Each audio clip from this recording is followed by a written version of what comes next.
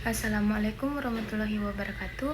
Perkenalkan kami dari kelompok 18. Di sini kami akan membawakan materi yang berjudul Studi Kasus Metabolisme Diazepam.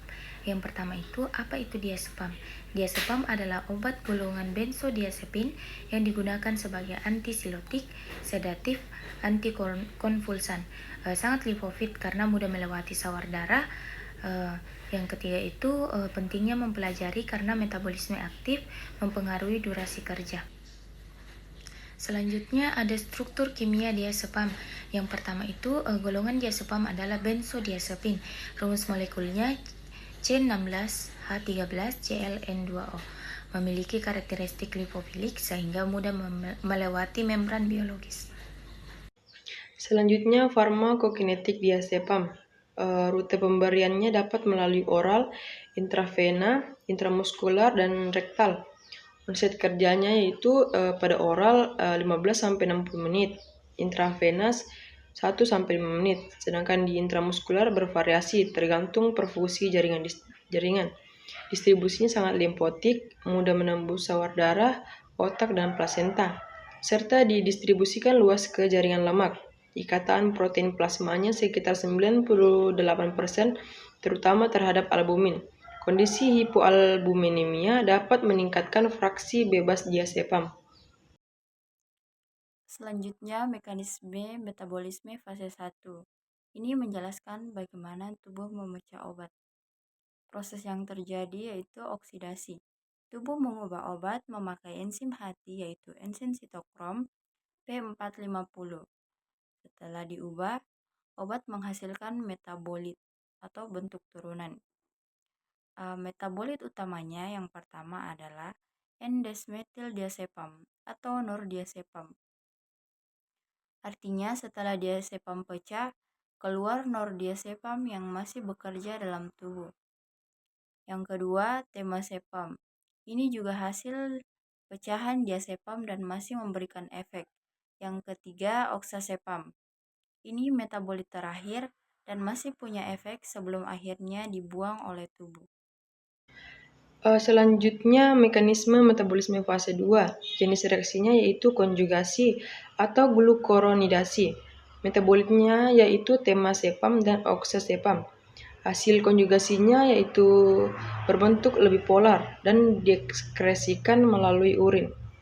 Kemudian lokasi metabolismenya, hati atau liver adalah organ utama metabolisme, melibatkan sistem enzim sitokrom P450 atau CYP450. Tipe enzim yang dominan dalam metabolisme diazepam yaitu CYP2C19 dan CYP3A4. Selanjutnya, jalur metabolisme diazepam.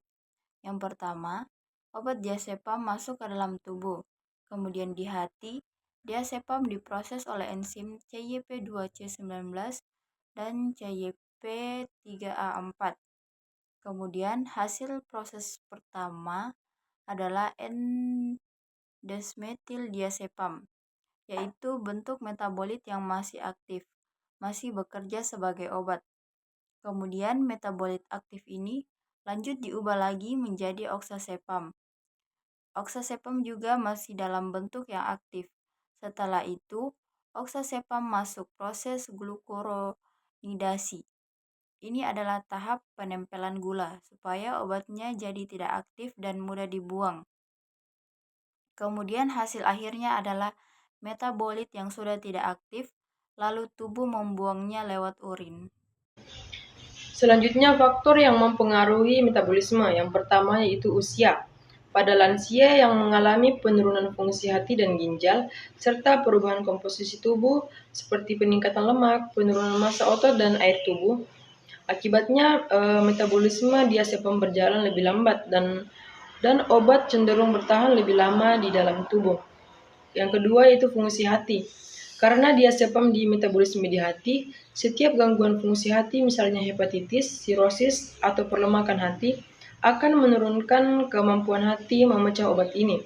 Akibatnya kadar diazepam dalam darah bisa meningkat, memperpanjang waktu paru dan meningkatkan risiko toksisitas seperti sedasi atau gangguan pernapasan.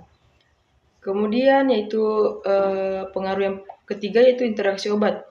Misalnya inhibitor CYP450 dan genetik. Kemudian ada signifikasi klinis.